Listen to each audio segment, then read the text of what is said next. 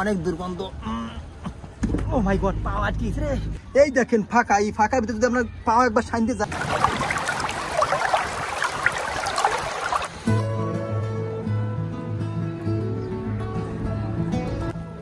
এইখান থেকে মুভ করা কিন্তু আসলে অনেকটা ডিফিকাল্ট। যে কোনো মুহূর্তে কিন্তু পাও ফসকে আপনার পাও ভেঙে যেতে পারে। সো এই ধরনের সি বিচে আসার সময় আপনাকে একটু সতর্কতার সহিত চলাফেরা করা লাগবে। আপনি যদি এখানে উঠেই পড়েন তাহলে এই যে জার্নিটা আপনার জন্য অনেক বড় ডিফিকাল্ট হবে। কারণ দেখছেন ব্লকগুলো কীভাবে একগ্রতভাবে ফেরানো। ওই যে মানুষগুলো দেখা যাচ্ছে। আমি এখন এই ব্লকের পর দিয়ে ভালো দূরে হাইটে হেঁটে যাবো। তো এটা কিন্তু একটা বিগ চ্যালেঞ্জ আমার জন্য। কারণ সমুদ্র সৈকতে এই ব্লকের উপর দিয়ে হাঁটা কিন্তু অনেকটা ডিফিকাল্ট। তো দেখেন আমার পা মুভমেন্টগুলো দেখেন। এইখানটা আসলে অনেক সতর্কতার সহিত আসলে যাওয়া লাগবে। ও মাই গড, এই ব্লকেজগুলো আমি কীভাবে যাবো? তো আর ওই দেখছেন এই বিশাল বড় জাহাজটা বে ওয়ান, এই বে ওয়ানটা কিন্তু আগে আপনার কক্সবাজার টু সেন্ট মার্টিনে আপনার চলাচল করছে। একটু আসলে খুবই ডিফিকাল্ট। দেখছেন এইখান দিয়ে চলাচল কিন্তু অনেকটা ডিফিকাল্ট, অনেকটা কষ্টসাধ্য। এই ব্লকের উপর দিয়ে ব্লকগুলো কিন্তু আসলে এলো পাতারিভাবে ফেলা হয়েছে। আসলে অনেকটা রিস্কি, এখান থেকে হাঁটা অনেকটা রিস্কি। আর বিশেষ করে আপনি খালি পায়ে এখান থেকে কখনো হাঁটতে পারবেন না। আপনার পায়ে যদি কেস থাকে তাহলে হয়তো এখান থেকে হাঁটা আপনার জন্য সহজ হবে। তো ওইখানে যাইতে মেবি আমার আরও আধা ঘন্টা কমসে কম লাগবে। তো দেখা যাক সন্ধ্যার আগে যাইতে পারে কিনা। অলরেডি কিন্তু আপনার 6টা বাজে, যেহেতু আপনার সন্ধ্যা কিন্তু ঘনিয়ে আসছে, সেহেতু আমার কিন্তু দ্রুত এখান থেকে মুভমেন্ট করা লাগবে। তা নাহলে কিন্তু আমি এইখানে আটকে যাবো। তো দেখেন, ও মাই গড, এই দেখেন ফাঁকা, এই ফাঁকার ভিতরে যদি আপনার পাওয়া একবার শান্তি যায় তাহলে আপনার পাওয়া কিন্তু ওইখানে রয়ে যাবে, পাওয়া আর থাকবে না।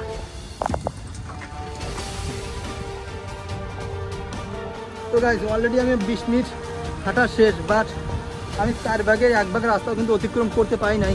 এই দেখেন একটা ফাঁকা, এর ভিতরে যদি পইরা যান তাহলে আপনার অবস্থা টাইট হয়ে যাবে। আমি কিন্তু এই ধরনের অ্যাডভেঞ্চার একটু ভালোবাসি, যেখানে একটু ডিফিকাল্টিস আছে, যেখানে অতিক্রম করা অন্য মানুষের কাছে একটু কষ্টসাধ্য। সেই সমস্ত ছোটো ছোটো ক্ষুদ্র ক্ষুদ্র কাজ করতে আমি ভালোবাসি। যেমন দেখেন এই ব্লকের উপর দিয়ে কিন্তু কেউ যায় না, আমি মেবি ফার্স্ট টাইম যাচ্ছি। সো দেখা যাক। ওকে, দেখেন এইখানে কিন্তু কাঁকড়া, এখানে কাঁকড়ার খোসা, দুর্গন্ধ, প্রচুর গন্ধ, অনেক দুর্গন্ধ ভাই। জীবনে আর আসবো না। এই পাত্রের উপর দিয়ে চলা আসলে অনেকটা ডিফিকাল্ট। নদী অনেক সুন্দর যদি আপনি উপভোগ করতে পারেন। বিশেষ করে এই পতেঙ্গা সমুদ্র সৈকত বা পতেঙ্গা যে কর্ণফুলী নদী, এইটা তো অসম্ভব সুন্দর। আর এইটা আপনার যেহেতু বঙ্গোপসাগরের সাথে আপনার সরাসরি জয়েন্ট, সেহেতু কিন্তু এই নদীটা প্রচণ্ড স্রোত। আর এই স্রোতের ধারা কিন্তু এতটাই বেশি যে বাংলাদেশের সবথেকে খরস্রোত নদী হিসেবে গণ্য করা হয়। আর এইখানে পড়ে গেলে আপনার জীবনলীলা কিন্তু সাঙ্গ হইতে বেশি দেরি লাগবে না। সো আমার ডেস্টিনেশন কিন্তু চলে আসছে। আমি আর 10 মিনিট থেকে হাঁটি তাহলে কিন্তু চলে যাব। তো আমার পিছনে দেখছেন ওই যে ছোটো ছোটো বোট, যে লাল বোটগুলো বা ওই যে আপনার লাইটের কোস্টারগুলো, এগুলো কিন্তু মালবাহী বা কোনটাতে যাত্রীবাহী, এগুলো কিন্তু এই নদীতে প্রচুর পরিমাণে। আর এজন্য এই নদীতে কিন্তু অনেকটা জ্যাম সৃষ্টি হয়। জ্যাম বলতে আপনার এখানে যখন আপনার, ও মাই গড, যখন আপনার বিশেষ করে মার্চেন্ট শিপ বা অন্য কোনো বড় বড় জাহাজ আসে, তখন কিন্তু এইগুলো ব্যাপক আপনার প্রবলেম সৃষ্টি করে। তখন আপনার এই সমস্ত জাহাজগুলো বা এই সমস্ত বোটগুলো কিন্তু তখন এখান থেকে তুলে দেওয়া হয়। কারণ এইটা হচ্ছে আপনার চ্যানেলে মুভড। মাই গড, এইখান থেকে নামা কিন্তু এটা ডিফিকাল্ট। দেখছেন এখন আমার নিচে নামা লাগবে, মানে কতটা। ও মাই গড, পাওয়ার ঠিক রে, পাওয়ার ঠিক, পায়ে ছাঁচা খাইছি। ও, তো এখন নামলাম আপনার মোটামুটি সমতলে। তো এখন কিন্তু এই জায়গাটা দিয়ে যে পাথর, এই পাথরের উপর দিয়ে হাইটে হাইটে এখন আমার ডেস্টিনেশন চলে যাবো। তো আর 5 মিনিট লাগবে। 5 মিনিট পরেই কিন্তু আমি চলে যাবো সেই রাস্তায়, মেইন রোডে। সেখানে আপনার কাঁকড়া বলেন বা ফুচকা বলেন বা পেঁয়াজু বলেন, হরেক রকম আপনার স্ট্রিট ফুড কিন্তু পাওয়া যায়। ওকে, কর্ণফুলী নদীর পানি দিয়ে হাতটাতে ধুয়ে নিলাম। কর্ণফুলী নদীর পানি দিয়েও বাবা।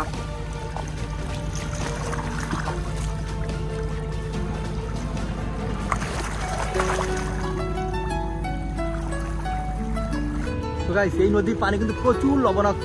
তো আমার মনে হয় যে এই পানিতে যদি আপনার খাবার রান্না করা হয় বা তরকারি রান্না করা হয়, তার মনে হয় আর অতিরিক্ত কোনো লবণ নেওয়ার কোনো দরকার নাই। এমনিতে আপনার প্রচণ্ড লবণ।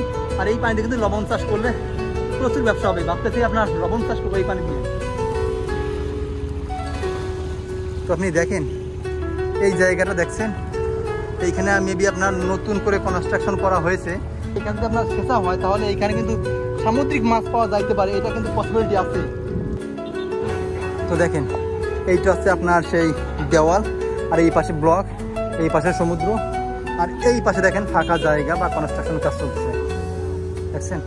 আগে কিন্তু এইখানে প্রচুর পরিমাণ আপনার স্টল বসতো, ফুচকা স্টল বা কাঁকড়া স্টল, মানে বিভিন্ন ফাস্টফুডের স্টল কিন্তু এইখানে বসতো, বাট সেইগুলো কিন্তু এখন নাই।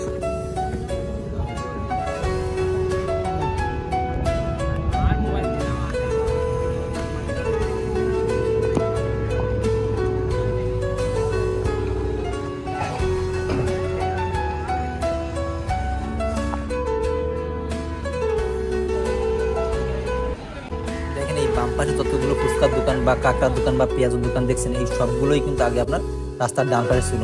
যেহেতু কনস্ট্রাকশন কাজ চলে, রাস্তার নির্মাণ কাজ চলে, সেহেতু এগুলো ওখান থেকে সরিয়ে আবার রাস্তার বাম পাশে নেওয়া হয়েছে। এই কর্ণফুলী নদীর পাড়ে হরেক রকম স্ট্রিট ফুড পাওয়া যায়, যেগুলো খাইতে চমৎকার, দেখতেও বেশ চমৎকার। আমার 10 টাকা বাদাম দিন।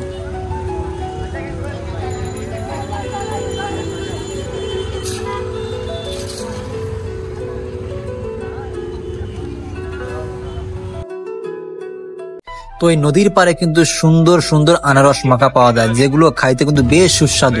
আমার দেন তো আনারস দেন তো 1 প্লেট। সব থেকে সুন্দর আছে এই যে স্ট্রিট আছে বা পায়ে হাঁটার পথ, এই পথের আশেপাশে কিন্তু আপনি ছোটো ছোটো স্টল পাবেন, যেখানে পান, বিড়ি, সিগারেট বা সব কিছুই পাবেন। তো আমি আপনাদের সেরকম একটা স্টলের কাছে নিয়ে যাই। তো এখানে কিন্তু সব কিছু আছে, আপনার সিংড়া থেকে শুরু করে পান, বিড়ি, সিগারেট, চা সব কিছুই কিন্তু পাবেন। কাকা আবার সিগারেট টানতেছে, কাকাটা চা দেন তো।